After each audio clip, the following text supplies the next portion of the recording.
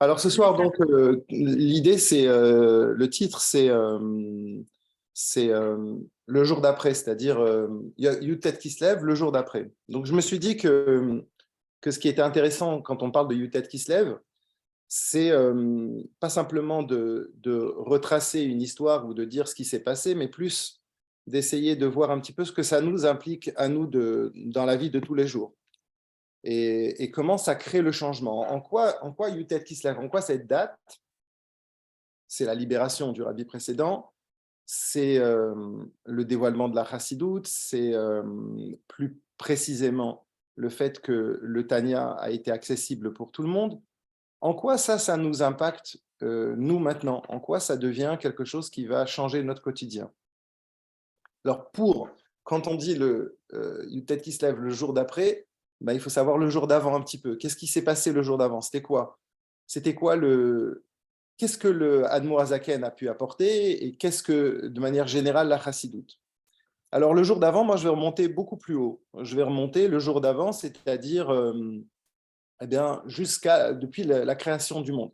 Quand Akadosh Baruch Hu, quand Hachem, il a créé le monde, il a créé quelque chose qui est tout à fait bizarre, puisqu'il a dit « Naase Adam Betsalmenu ». Hachem, il a dit « On va faire l'homme à notre image ». À partir de ce moment-là, Akadosh Baruch Hu, il a fait un monde dans lequel il s'est caché complètement. Ça veut dire quoi qu'il s'est caché? Ça veut dire qu'on ne peut pas le trouver. Donc c'est un peu bizarre. Pourquoi? Parce que c'est Hachem, c'est Dieu, il a créé le monde, c'est un créateur. Il veut normalement, il attend de nous des choses. Et voilà qu'il se cache, voilà qu'il n'est pas présent avec nous, voilà qu'on ne peut pas le voir dans la vie de tous les jours.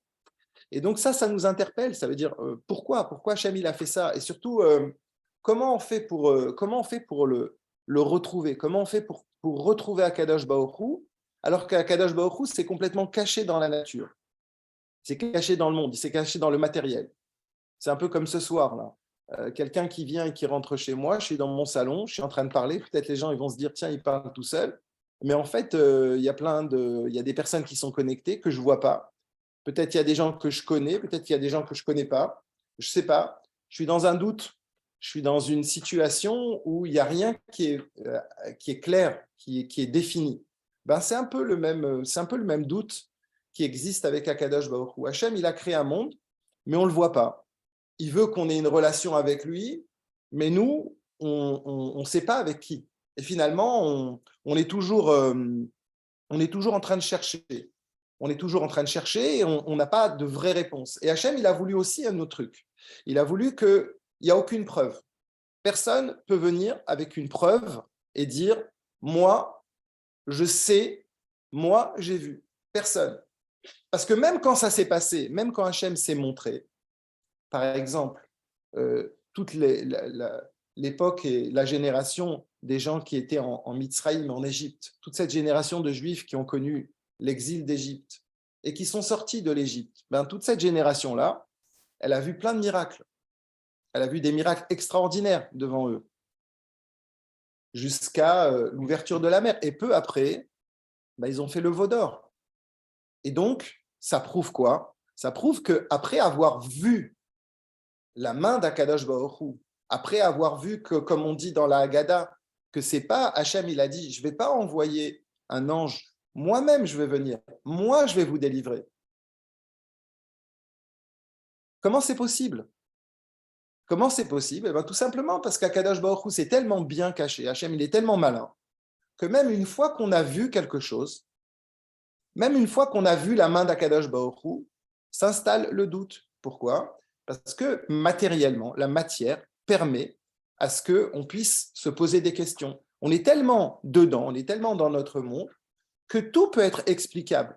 Et donc finalement, on est dans une relation, si l'on peut dire, qui n'a pas d'issue a priori. A priori, c'est une relation où c'est comme si on va dire entre mari et femme ou avec nos enfants, ça serait comme si on est une relation qui est biaisée depuis le départ.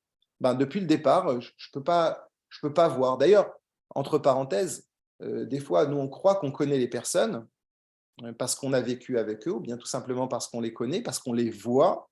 Ben, c'est un peu la même chose. C'est qu'en vrai, on connaît que ce que nous, on croit connaître. C'est ça tout le doute, c'est ça qu'a instauré Akadosh Baruch Hu, Hachem, dans son monde, quand il a dit « Naase Adam Betsalmenu ». On va faire l'homme à notre image. Ça veut dire qu'Akadosh Baruch Hu, il a dit comme si qu'il y avait autre chose que lui, Naase. Il n'a pas dit « je vais faire ». On va faire. On va faire, c'est-à-dire, le sens simple, il s'est adjoint des malachim, des anges, pour venir, entre guillemets, l'aider à faire une création que lui-même, il est capable de faire. Mais en vrai, Hachem, il a créé la possibilité d'une relation à sens unique, dans lequel on ne peut pas le voir. Alors, par rapport à ça, Rav Chantal, alav Shalom, il avait l'habitude de nous dire que quand Akadosh Baruch Hu, il se montre, des fois, il se montre et on ne le voit même pas, parce que ce qu'on voit, c'est faux. L'exemple qu'il donnait, c'était l'exemple avec si maintenant, moi, je crée un petit être humain qui n'a pas que 3 dimensions, il n'a que 2 dimensions, il a la largeur et la longueur, il n'a pas la hauteur. Et donc, c'est difficile à imaginer déjà, parce que nous, on est déjà imbriqués dans nos 3 dimensions, puisque nous, il y a toujours la largeur, un objet, il a toujours la largeur, la longueur et la hauteur. Celui-là, il n'a pas la hauteur. Si je veux me montrer à lui, je ne pourrais pas me montrer à lui tel que je suis, puisqu'il n'a pas la hauteur. Il ne verra de moi qu'un trait qui a une... Voilà, c'est tout ce qu'il va voir de moi. Donc, ça veut dire que même si je veux me montrer à lui, même quand Akadosh Baruch Hu, il veut se montrer à nous, on n'arrive pas. Donc, maintenant, je viens, après avoir parlé du jour d'avant, ou plutôt du millénaire d'avant, et des millénaires d'avant, le dévoilement de Yutet qui se lève, donc, le seul moyen que nous avons pour créer un lien, pour être en lien avec Hachem, le seul moyen, ni l'épreuve, ni l'éducation, ni le seul moyen qu'on a, c'est de réveiller notre émouna, de croire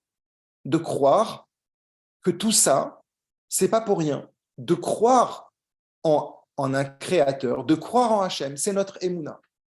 On n'a pas d'autre façon d'accéder à Akadosh Baruch Hu, d'arriver jusqu'à lui, à part la émouna. Alors vous allez me dire, oui, l'éducation, ça peut fonctionner, sauf que ça ne tient pas. Parce que s'il n'y a que l'éducation, et que dans l'éducation, on n'apprend pas à révéler cette émouna, à donner cette flamme, à transmettre cette flamme à nos enfants, chas v'shalom, ce qui risque de se passer, c'est qu'on va faire les choses machinalement, et à la fin, finalement, on n'est pas en vraie relation avec Hachem. On croit, mais on n'est pas en vraie relation d'Akadosh Baruch Hu, avec tout ce que ça peut induire comme problématique derrière. Donc, la seule manière d'arriver à Hachem, c'est par la Emouna. Maintenant, la question, c'est comment on réveille cette Emouna? Comment faire pour que cette Emouna, d'ailleurs, le Admour Hazaken, Rabbi Shimon Zalman, dans le Tanya, il nous apprend que la Emouna, c'est un petit peu l'idée de Ahava Mesuteret. Chacun d'entre nous a un amour qui est caché, c'est un amour profond qui est caché en nous. Le machal qu'on peut donner, l'exemple que l'on peut donner d'un amour caché, c'est quoi?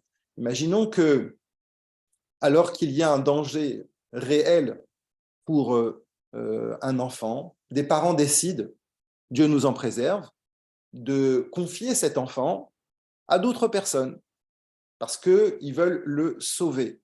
Donc, ils le mettent dans une famille d'accueil. Mais l'enfant ne sait rien parce que si jamais il va le savoir, il pourrait peut-être dénoncer ses parents qui sont recherchés, parias, ce que vous voulez.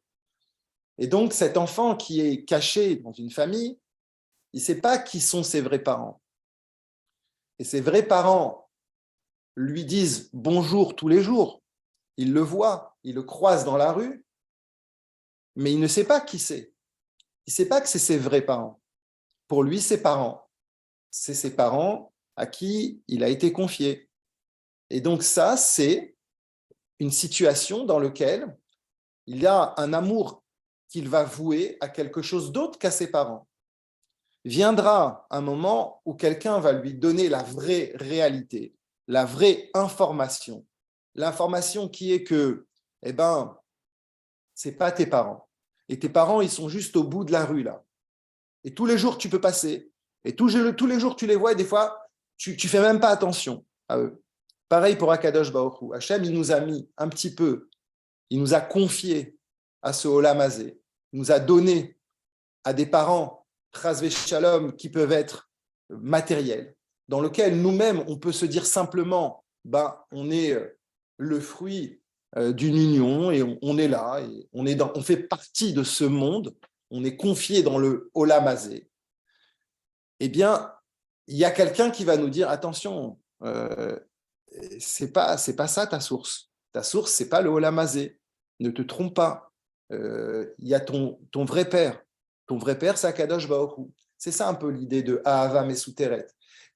À partir du moment où on réveille cet amour, cet Ahava Mesuteret, cet amour qui est caché, à ce moment-là, instinctivement, on va être complètement attiré vers Akadosh Baruch Hu. Là, à ce moment-là, on va voir que notre source, parce que c'est dans la nature, Akadosh Baruch Hu a créé dans la nature, qu'on est tous attirés par notre source. C'est naturel, c'est comme ça fait partie du monde. Hachem, dans les principes du monde, il a dit que tout ce qui est la source, on va vers la source. On est attiré par ça.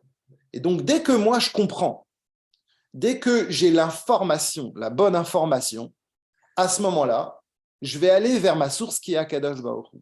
Donc là, je suis en train de dire, en résumé, que Hachem, il a créé un monde dans lequel il s'est caché, qu'en vrai, il n'y a pas une relation qui est possible. Comment arriver à cette relation? Révéler cette Ahava Mesuteret, cet amour qui est caché, qu'on appelle la Emouna.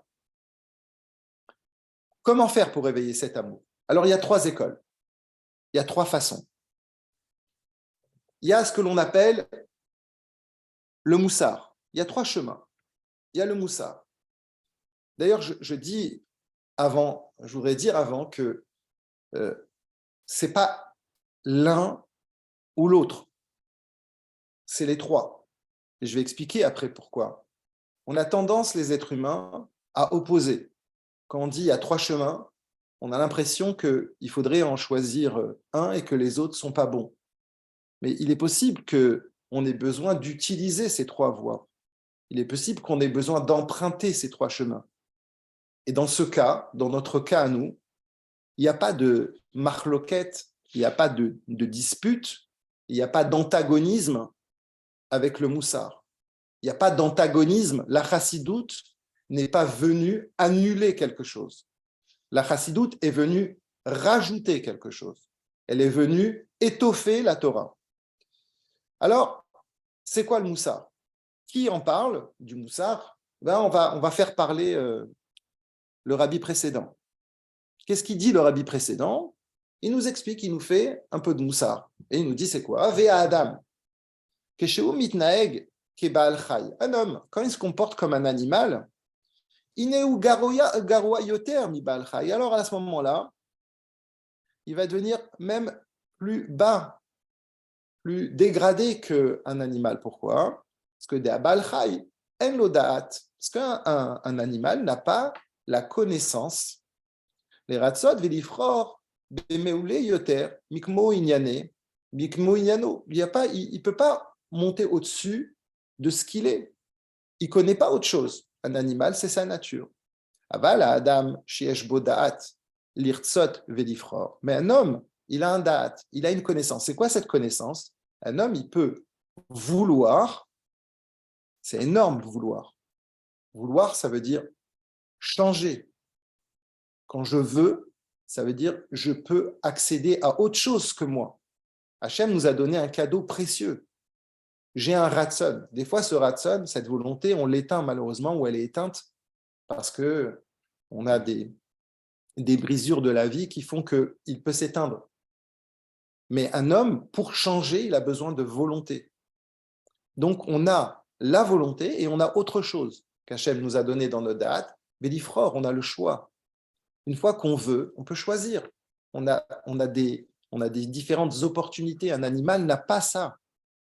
Quand un homme se comporte comme un animal, alors à ce moment-là, nous dit le rabbi précédent, il est plus bas qu'un animal. Parce qu'en vérité, il est en train de ne pas utiliser les outils qu'on lui a donnés. C'est ça qu'il veut nous dire. C'est quoi le moussar?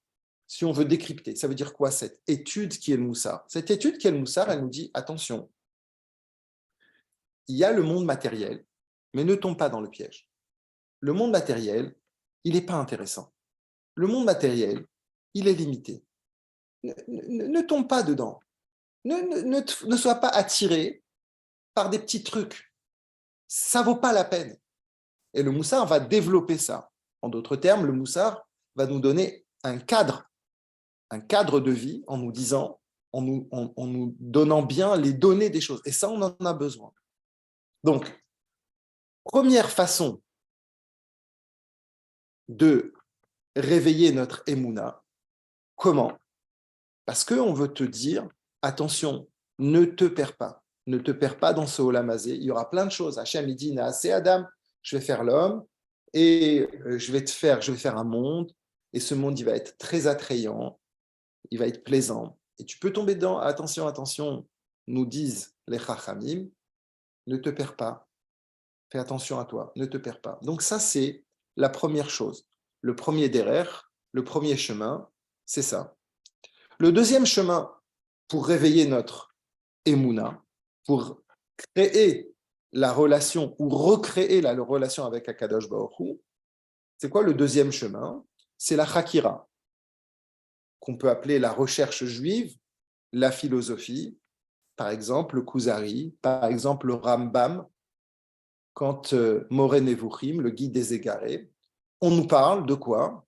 On nous parle de la puissance, de la grandeur, de quoi? De la spiritualité. Donc, deuxième chemin, je ne parle pas du Olamazé. Le Olamazé, il ne vaut même pas la peine que j'en parle.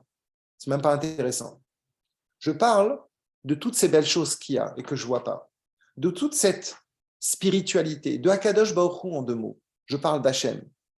Ça, c'est la Hakira, la philosophie juive, on peut l'appeler comme on veut, qui nous montre qu'effectivement, il y a des choses qui se passent devant nous et qui sont merveilleuses. Elles sont juste devant nous. Ouvre les yeux, regarde. Regarde ce qui se passe, non pas simplement du côté superficiel des choses, mais vois pareil avec les personnes. Ne regarde pas simplement ce que la personne te montre par ses actions, par ses paroles. Regarde, essaye d'aller plus au fond. Vois cette personne telle qu'elle est au fond, ses qualités morales. Pareil, dans le monde, c'est ça le deuxième niveau, c'est la Hakira. Donc on a deux écoles. On a l'école du Moussar, qui vient nous dégoûter de ce qu'on pourrait être attiré, c'est-à-dire le monde matériel. Et puis on a le deuxième, on a la Hakira, qui viendrait nous dire que effectivement, eh ben, attention, c'est pas simplement attention, tu passes à côté, mais regarde les choses qui sont merveilleuses autour de toi et inspire-toi. Trouve ton inspiration chez Akadosh Baruch Hu. Donc, on pourrait se dire là que on a tout, hein, quelque part, pour avoir la Emouna, on a tout. La majeure partie du Ham Israël, je ne parle pas de l'élite, encore une fois, parce que l'élite, elle a accès à la Kabbalah, elle a accès à des études profondes, mais la majeure partie du Ham Israël se suffit de ça pendant des générations. Pendant des générations, jusqu'à 1700 et quelques, les Béné Israël, je parle encore une fois de manière générale, je ne parle pas des exceptions à la règle, je ne parle pas du Harizal, je ne parle pas de gens qui ont réussi à développer par eux-mêmes une autre relation avec Akadosh Baruch Hu, un autre cheminement. Je parle de tous les Béné Israël. Tous les Béné Israël, de manière générale, ont comme outil pour se connecter à Akadosh Baruch Hu, ils n'ont que ces deux façons-là. Donc, ces deux façons-là, eh ben, historiquement, et c'est là où c'est intéressant de réfléchir, c'est que si on restait sur ces deux chemins-là, eh bien, on serait tombé malade. Les Béné Israël, on n'aurait pas pu tenir. Je vais expliquer ça peut-être plus à la fin, et on a des éléments qui nous le montrent. Donc, pour l'instant, dans les années 1700, plus précisément avant 1734, avant la révélation du Baal Shem Tov, puisque le Baal Shem Tov est né en 1698 et il s'est révélé à l'âge de 36 ans. Il s'est révélé, le Baal Shem Tov, on sait que c'était un orphelin de père et de mère et que il a été un petit peu pris en charge par la communauté. Lui-même dit de lui-même, le Baal Shem Tov, il dit que les gens, les hauts dignitaires, enfin en tout cas ceux qui s'occupaient de la communauté, n'ont pas vu chez lui des aptitudes spéciales. Donc ils l'ont un peu mis de côté. C'est un peu, c'est intéressant, c'est de voir que le Baal Shem Tov, ben, aux yeux des gens, c'était pas un prodige quand il était enfant. C'est malheureusement le prof qui peut-être va mettre à l'écart l'élève et le mettre de côté, le laisser vivoter. Ben, c'est un peu ce qu'il dit le Baal Shem Tov. On m'a laissé vivoter et après, voilà, jusqu'à l'âge de 18 ans, il allait à droite, à gauche, jusqu'à qu'il est devenu un moré particulier, un petit moré si l'on peut dire. Je fais exprès d'employer ces mots-là. Un moré faisait des cours particuliers. Et voilà, jusqu'à l'âge de 18 ans. Voilà. Et puis après, il a une révélation du prophète Achia Ashiloni. Achia Ashiloni qui a vécu au temps qui était l'élève de Amram, le père de Moshe Rabbeinu, qui a vécu la sortie d'Égypte et qui a duré jusqu'à David Ameller. Donc Achia Shiloni lui est venu, et il lui est venu en vrai, il lui a appris la Torah, il lui a demandé de se dévoiler. Le Baal Shem Tov ne voulait pas se dévoiler. Il ne voulait pas du tout se dévoiler, et ça lui a pris du temps. D'ailleurs, on lui a enlevé des années de sa vie, puisqu'il a refusé, le Baal Shem Tov, de se révéler au monde pendant 6 ans. Depuis l'âge de 30 ans jusqu'à l'âge de 36 ans, il ne s'est pas révélé au monde. Et donc, après s'être révélé, le Baal Shem Tov amène une nouvelle voie. C'est quoi cette nouvelle voie? C'est la voie de la chassidoute. La chassidoute, c'est quoi? Eh bien, la chassidoute, c'est le fait de dire finalement que, bien sûr, le monde matériel existe, mais que le matériel est créé par Hachem. Tout ça, c'est Hachem. En vérité, tout ça, c'est pareil. Tout est créé par Akadosh Baruch Hu. Ça veut dire quoi?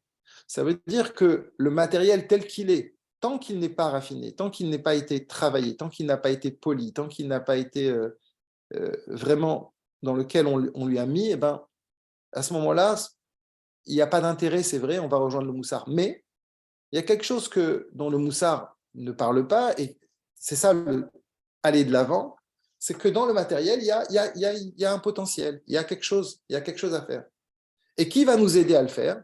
Eh ben, c'est la neshama, c'est le côté spirituel. En d'autres termes, la chassidoute vient et elle fait le shalom, si l'on peut dire, entre le monde matériel et le monde spirituel. Et elle nous dit qu'on peut y arriver, on peut arriver à ressortir quelque chose de positif de ça. Il n'y a pas que simplement à enlever la chose.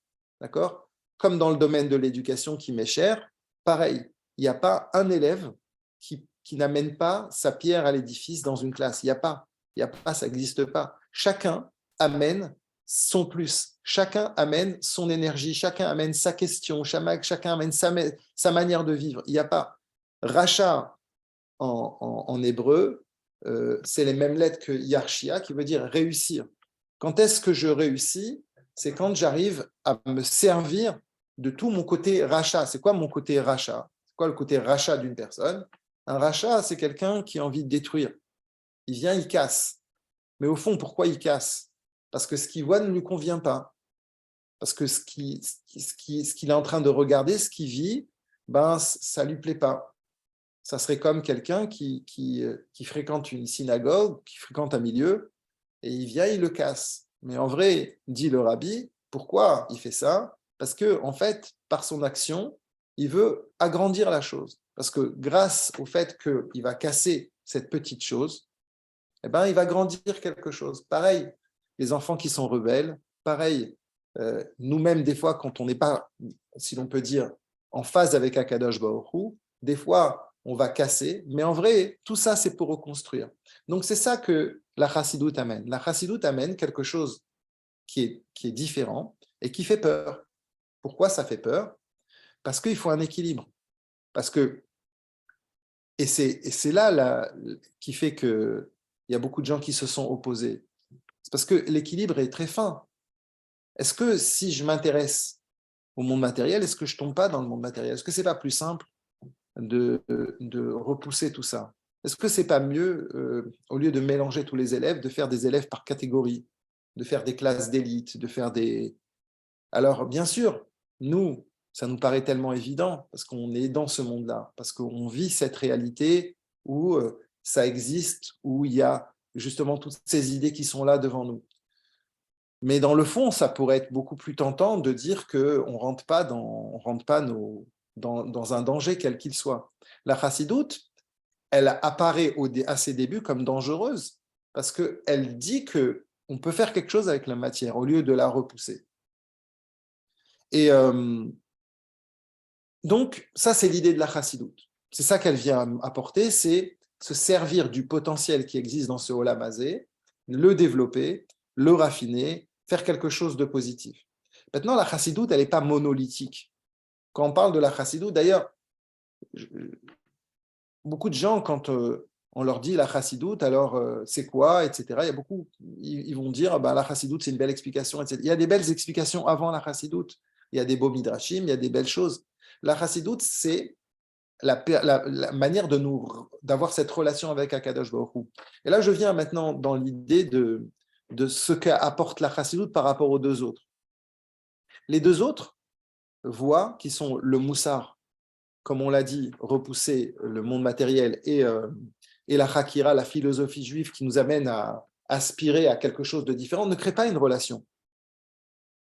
Dans un mariage, c'est pas parce que je fais pas ce que mon épouse elle veut, ou bien c'est pas parce que je sais sa grandeur que je suis admiratif que j'ai une relation. C'est pas ça qui crée une relation. Une relation, c'est pas simplement sourd merav et asetov.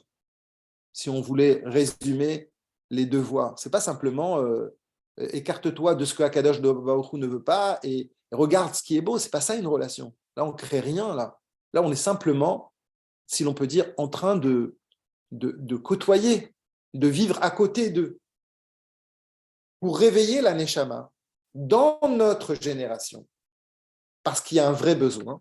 La Chassidoute vient et nous dit, non, c'est quoi le projet en vérité? Si on veut donner un exemple, si on veut être concret, c'est quoi le projet?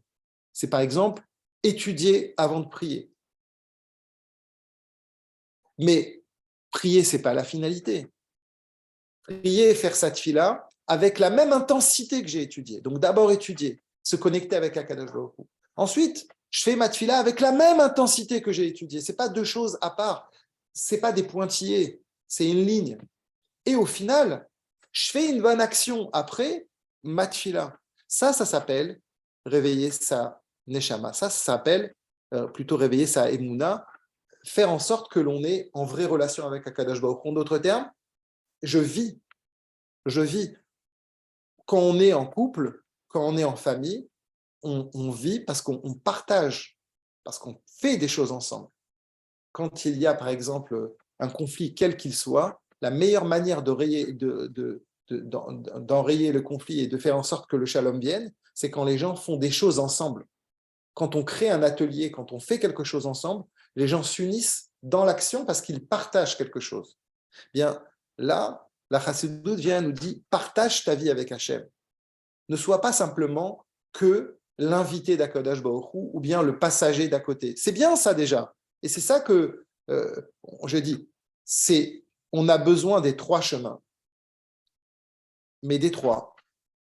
Et particulièrement, on va mettre l'accent dans notre génération, dans nos générations, si l'on peut dire un peu plus sur la chassidoute, parce que dans notre monde, dans le monde dans lequel on vit, la matière est tellement déformée qu'on vit souvent seul, on n'est pas, on croit qu'on est avec les autres, on est dans un mytho permanent. On croit qu'on est avec des autres, mais on n'est pas. On est un peu plus, alors que, et sans avoir une nostalgie quelconque, mais avant, les gens, ils vivaient dans un monde où, si pour nous, ça pourrait être comme notre monde de Shabbat. C'est-à-dire, nous, Shabbat, on va voir des gens, qu'on peut voir. Il n'y a pas de téléphone, on a des rendez-vous qui sont ratés parce qu'on a donné rendez-vous à l'un, mais il n'était pas là à l'heure, etc. Les gens, ils vivaient comme ça, mais tous les jours. Alors, ils faisaient les 39 mélachot tous les jours, mais ils vivaient un monde dans lequel les gens étaient obligés, si l'on peut dire, de vivre ensemble. Que là, c'est plus la même chose. Et donc, finalement, en fait, on est dans un miroir déformé tout le temps de ce qui nous apparaît être la vie, que nous, on vit tous les jours, mais qui est pas. Et ce qui nous permet de sortir de ça, c'est justement cette vraie relation qu'on a avec Akadosh Baruch Hu, que l'on a tissée, qui nous permet de vivre pleinement. C'est parce que quand on fait cette fila et que c'est le processus qui a un avant et qui a un après, et que tout ça, il y a un but, c'est parce que je veux partager et vivre une expérience avec Akadosh Baruch Hu, et bien à ce moment-là, on peut arriver à réveiller notre ahava, notre amour, qui est l'amour caché que chacun d'entre nous a. Le Tanya dit Rabbi Shneur Zalman dit au début que Kikarov Elecha, il se base sur le pasuk Kikarov Elecha Davar Meod Beficha. C'est très facile de quoi Beficha ou Vafra la Soto. C'est très facile d'avoir une relation avec Akadosh Baruch Hu. Comment? Eh bien, non seulement Beficha, dans ta bouche, ça veut dire dans la parole, dans ton cœur et dans les actions. Alors qu'apparemment, ça a l'air d'être très difficile. C'est sur ça que sont basés les premiers prakim de Tanya. Et pour faire un résumé, alors le résumé du résumé du résumé, mais pour être très court, c'est quoi la réponse que nous donne le Admour Hazaken? Il nous dit, parce qu'en vrai, tu n'as rien à créer. Pourquoi c'est facile? Parce que tu n'as pas besoin de créer quelque chose. Tu n'as pas besoin de créer un amour. Quand tu ne connais pas la personne, tu dois la découvrir. Et ça prend du temps. Ça peut prendre même une vie de découvrir quelqu'un. Mais ce n'est pas la même chose pour Hachem. Hachem, il faut juste le révéler parce qu'il est en toi. Il est en toi, ça veut dire qu'en chacun d'entre nous, Akadosh Baruch Hu, il a mis cette flamme, cette émouna, cette ahava mesuteret, et c'est pour ça que Kikarov Elecha. Et donc, tout notre objectif, c'est de le faire ressortir et rejaillir. Donc, la chassidoute, j'ai dit, elle n'est pas monolithique. La chassidoute, si l'on peut dire, elle a autant de phases que de rébellion. Mais là, aujourd'hui, on va s'arrêter au Admour Hazaken, parler des 3 premières phases de la chassidoute. On a expliqué qu'il y a 3 écoles et il y a 3 premières phases de la chassidoute. La chassidoute, comme j'ai dit, elle commence, en tout cas, de manière dévoilée pour tout le monde, parce qu'on sait qu'avant le Baal Shem Tov, il y avait tout un processus de révélation de la chassidoute, mais ce n'était pas encore révélé aux plus nombreux. Quand c'est devenu maintenant à la portée de tout le monde, le premier, c'est le Baal Shem Tov. Le Baal Shem Tov, dans l'esprit de la chassidoute, on peut dire, c'est Chochma. C'est la Chochma de la chassidoute. Ça veut dire quoi, la Chochma de la chassidoute? L'intelligence de la chassidoute. C'est que Chochma, c'est quelque chose qui est un point. C'est un point de départ. C'est un point de départ, c'est la chose, si l'on peut dire, qui est la plus difficile. Kol hatralot kashot, on commence. On commence un projet, c'est très dur, parce qu'il n'y a rien qui a été fait avant. On se lance et on sort de notre confort personnel et on avance. Chochma, koachma, la force de révéler ce qui est caché. C'est ça le début de chaque projet. Dès qu'on veut entamer un projet, pour commencer un projet, il faut commencer par Chochma. Le Baal Shem Tov commence comme ça. Le Baal Shem Tov commence, il va sillonner le monde, il va sillonner plutôt sa région et ça va grandir, il va créer des connexions avec des gens et il va distiller petit à petit. Qu'est-ce qu'on connaît du Baal Shem Tov? Est-ce que le Baal Shem Tov a écrit un livre? Non. On a écrit un livre sur les mots du Baal Shem Tov, mais le Baal Shem Tov lui-même n'a pas écrit de livre. C'est bizarre quand même pour quelqu'un qui est prodigieux comme lui, il n'a pas écrit de livre. Qu'est-ce qu'on connaît du Baal Shem Tov? Si on demande à un enfant, il va nous dire on connaît des histoires du Baal Shem Tov. On connaît ça, on connaît les histoires. On sait que, à part les histoires du Baal Shem Tov, on sait que le Baal Shem Tov, il aimait avoir une relation en direct avec les gens. Il aimait cette relation qui était simple, simplifiée avec les gens. C'est ça justement. Le premier niveau de la chassidoute, c'est-à-dire révéler la Emouna, mais la révéler sous un aspect qui, on va dire, est complètement... voilà, c'est ce point d'ancrage, c'est ce qui va nous permettre d'être attachés à lui. Ça, c'est le Baal Shem Tov. Il nous connecte, il nous dit, tiens, voilà, il y a une autre façon de voir. Tu vois, tu as dit les milliers d'histoires qu'on connaît toutes et tous sur le Baal Shem Tov, qui nous surprennent. Elles nous surprennent parce que c'est bizarre, c'est pas comme ça qu'on pensait que ça allait se finir. Ça se finit pas comme ça, c'est un miracle. C'est une manière totalement différente de voir les choses. Tu dis à quelqu'un, je vais te découper, le Baal Shem Tov, il met ses élèves autour et il ferme les yeux et il voit que dans les Olamot, on découpe la personne. C'est un miracle, quoi. Nous, on ne voit pas ça de nos jours. Même si on ferme les yeux, on peut s'imaginer. Ben, le Baal Shem Tov, il dit, imagine-toi. Ça s'appelle Chochma de la Chassidut. Chochma de la Chassidut, ça crée le premier pont. C'est ce qui nous permet justement de pouvoir sortir de notre torpeur. C'est ce déclic que le Baal Shem Tov a. D'ailleurs, comme j'ai dit, il ne voulait pas parce qu'il a su, selon ses écrits, que ça va créer des marlotot et le Baal Shem Tov ne voulait pas, il n'aimait pas créer des divisions dans le Ham Israël. D'ailleurs, comme tous les tzadikim souffrent du manque de Havat Israël, comme la tête, elle souffre quand le corps il est malade. Qu'est-ce que ça veut dire qu'un corps il est malade physiquement? C'est qu'il y a un membre qui n'arrive pas à recevoir la vitalité, il y a une coupure entre deux membres, il n'y a pas suffisamment de cohésion dans le corps, et ça va créer le sentiment pour un des membres qu'il y a une douleur. Et cette douleur, elle est ressentie à la tête. Et le tzaddik, lui, ça ne lui fait pas rigoler quand on lui parle qu'un tel, il a dit ci, qu'un tel, il a dit ça. Ça n'est pas simplement une histoire pour lui, c'est une souffrance. Et ça nous permet de voir à quel point, justement, des fois, on ne se rend pas compte, on est dans notre torpeur, on ne se rend pas compte. Donc le tzaddik, lui, il est là, il attend de nous qu'on soit réveillés comme lui, parce que lui, il est réveillé. Ça, c'est le premier niveau de la Chassidoute, le niveau du Baal Shem Tov, qui va amener dans ce monde, justement, cette découverte d'une autre dimension, qui n'est pas simplement de dire à des gens simples, vous êtes simples. Tout ça, on connaît. Tout ça, on sait que, justement, l'importance de voir ce qui est pas visible, ça, c'est le Baal Shem Tov, c'est Chochma de Chassidut. Ensuite, va venir le Maguid, le Baal Shem Tov va avoir un élève, qui est le Maguid de Mezerich. Et le Maguid de Mezerich, le Maguid, lui, représente, d'après la Chassidut, il représente Bina de la Chassidut. C'est-à-dire quoi, Bina? Bina, c'est, à la différence de Chochma, Chochma, comme on dit souvent, c'est un éclair, c'est-à-dire que les choses d'un coup nous apparaissent, alors qu'on était dans le noir total. Et Chochma, ça nous apparaît d'un coup, on sait que c'est comme ça. Ce n'est pas vraiment exactement tous les tenants et les aboutissants, mais on sait que c'est comme ça. Bina, c'est Milachon, binyan, construire. Là, c'est beaucoup plus construit, c'est Bain, c'est aller entre, savoir faire des choix, prendre ça, enlever l'autre. Le Maguid de Mezerich, lui, il a fait quelque chose il est passé à une deuxième étape dans la Chassidut.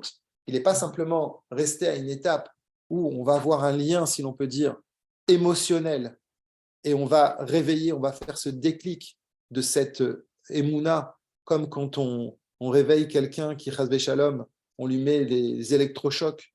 Le Baal Shem Tov, c'est l'électrochoc, et il vient, il nous réveille, et le Maguid de Mezerich, lui, il crée un système, à la différence. Il crée un système bien élaboré, bien huilé.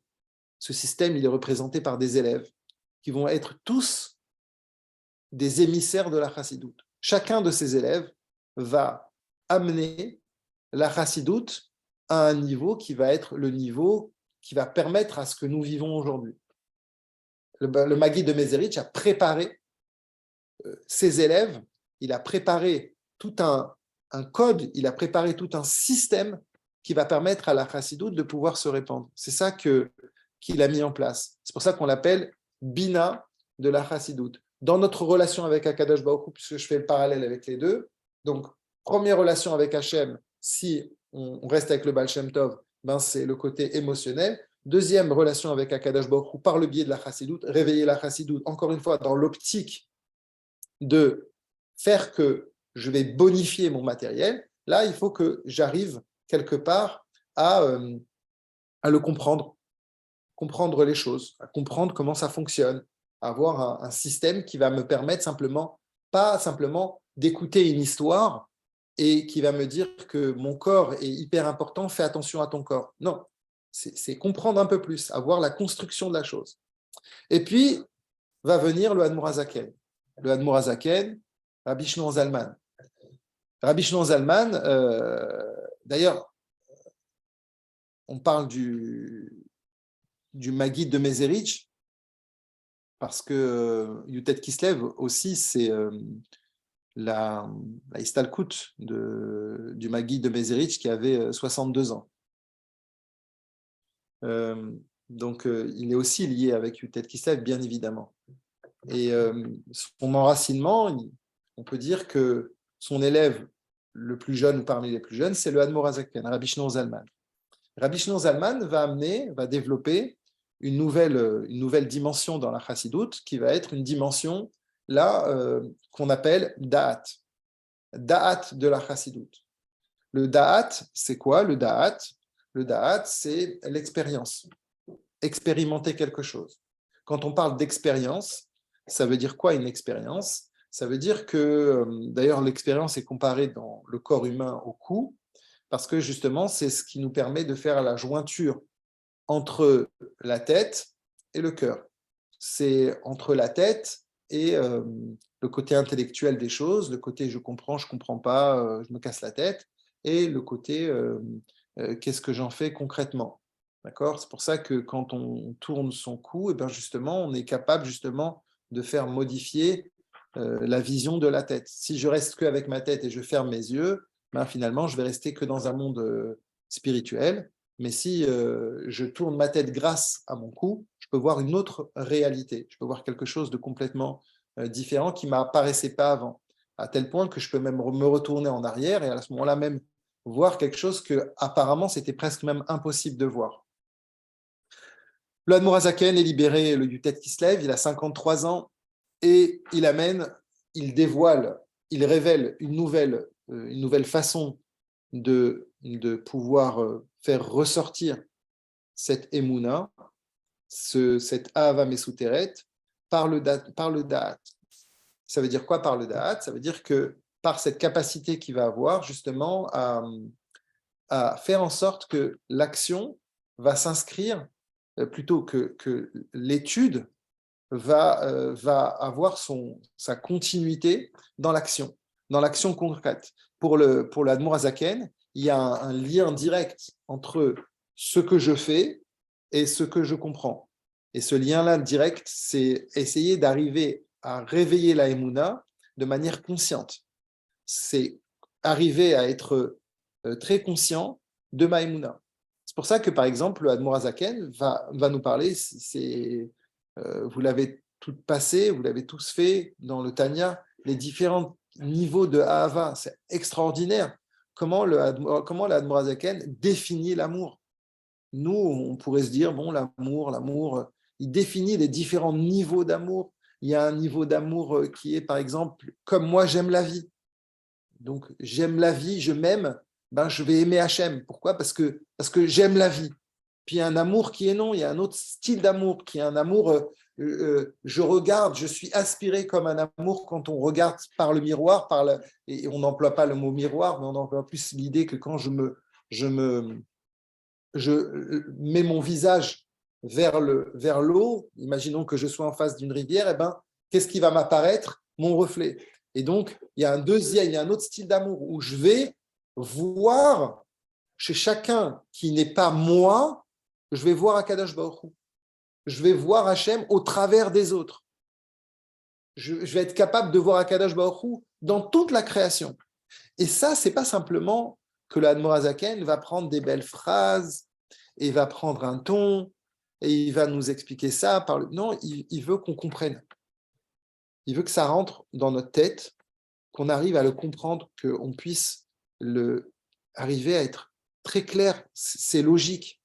Il arrive, le Admor HaZaken, avec le Tanya, à faire quelque chose qui est... Parce que même si je dis c'est un exercice, c'est un sacrilège de dire ça, c'est honteux, c'est pas un exercice, c'est une révélation prophétique. Il arrive à faire quelque chose qui est inimaginable. Il arrive à mettre Akadosh Baruch Hu, à mettre une relation avec Akadosh Baruch Hu, qui est une relation complète. Il arrive à l'expliquer, il arrive à nous mettre des mots qui vont rentrer dans notre séchel. Il arrive à expliquer une relation profonde avec Akadosh Baruch Hu par les biais de l'amour, par le biais de la crainte et partout, par la neshama, qu'est-ce que c'est, etc.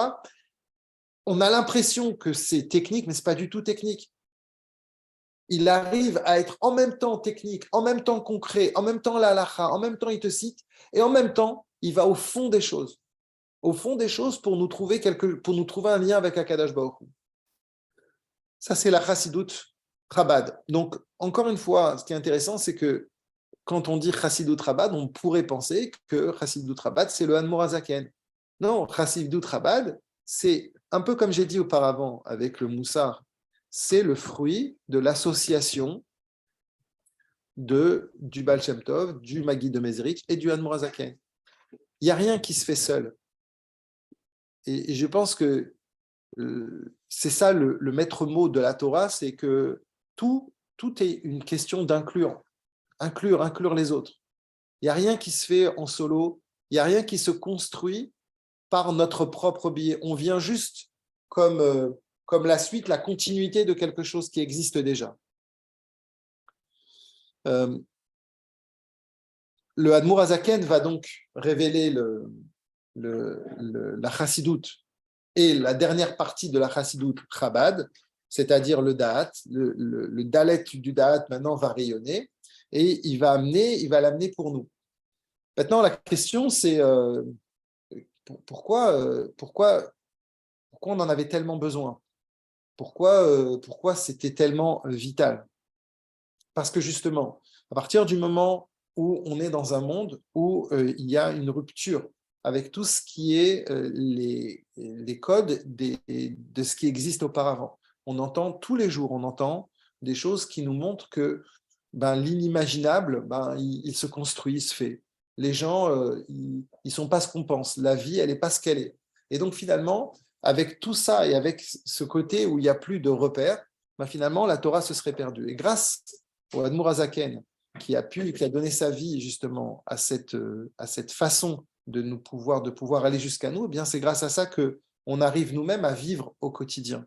Sans la chassidoute, on est comme dit le Admor HaZaken au début de l'introduction, mon livre, c'est le chemin qui est long et court. On peut s'attacher à Kadosh Baruch Hu avec un chemin qui est court. C'est quoi le chemin qui est court? Si l'on peut dire, c'est si on se suffit que du moussard et que de la hakira. C'est un chemin qui est court parce que c'est extrêmement facile, si l'on peut dire.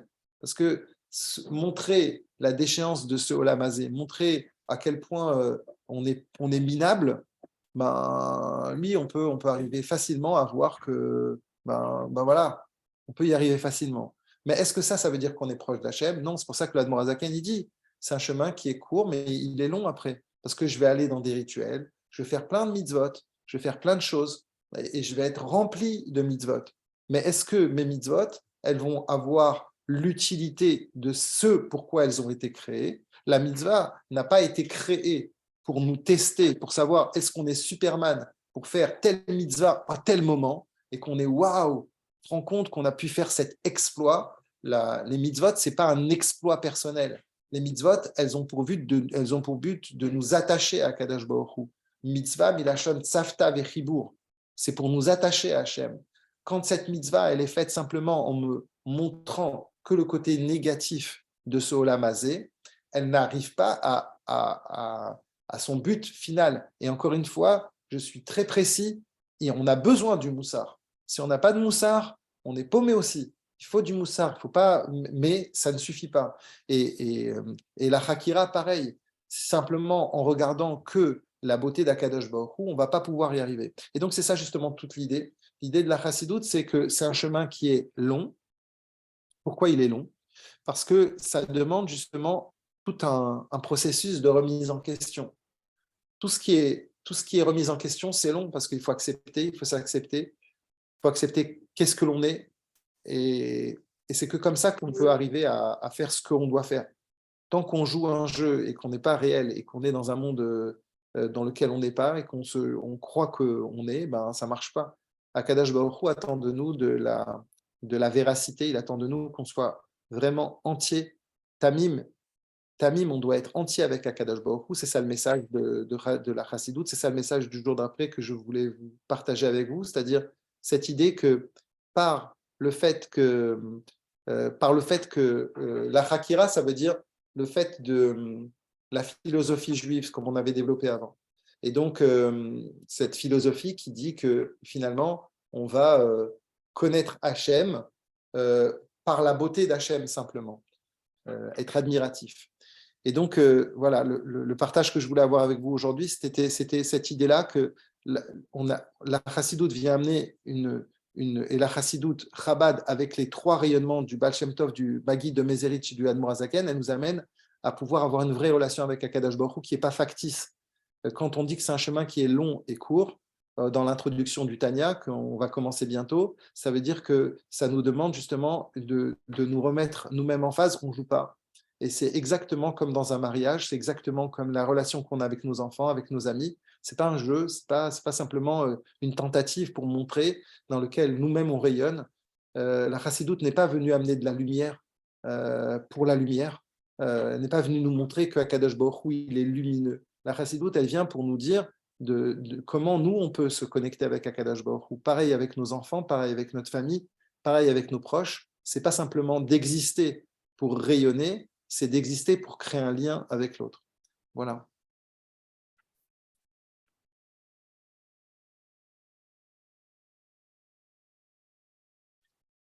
Est-ce qu'il y a des questions éventuellement?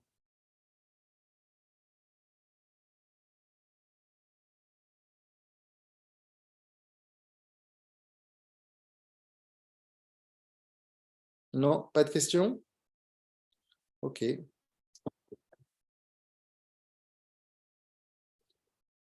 Merci beaucoup. Alors, voilà, à bientôt. Au revoir.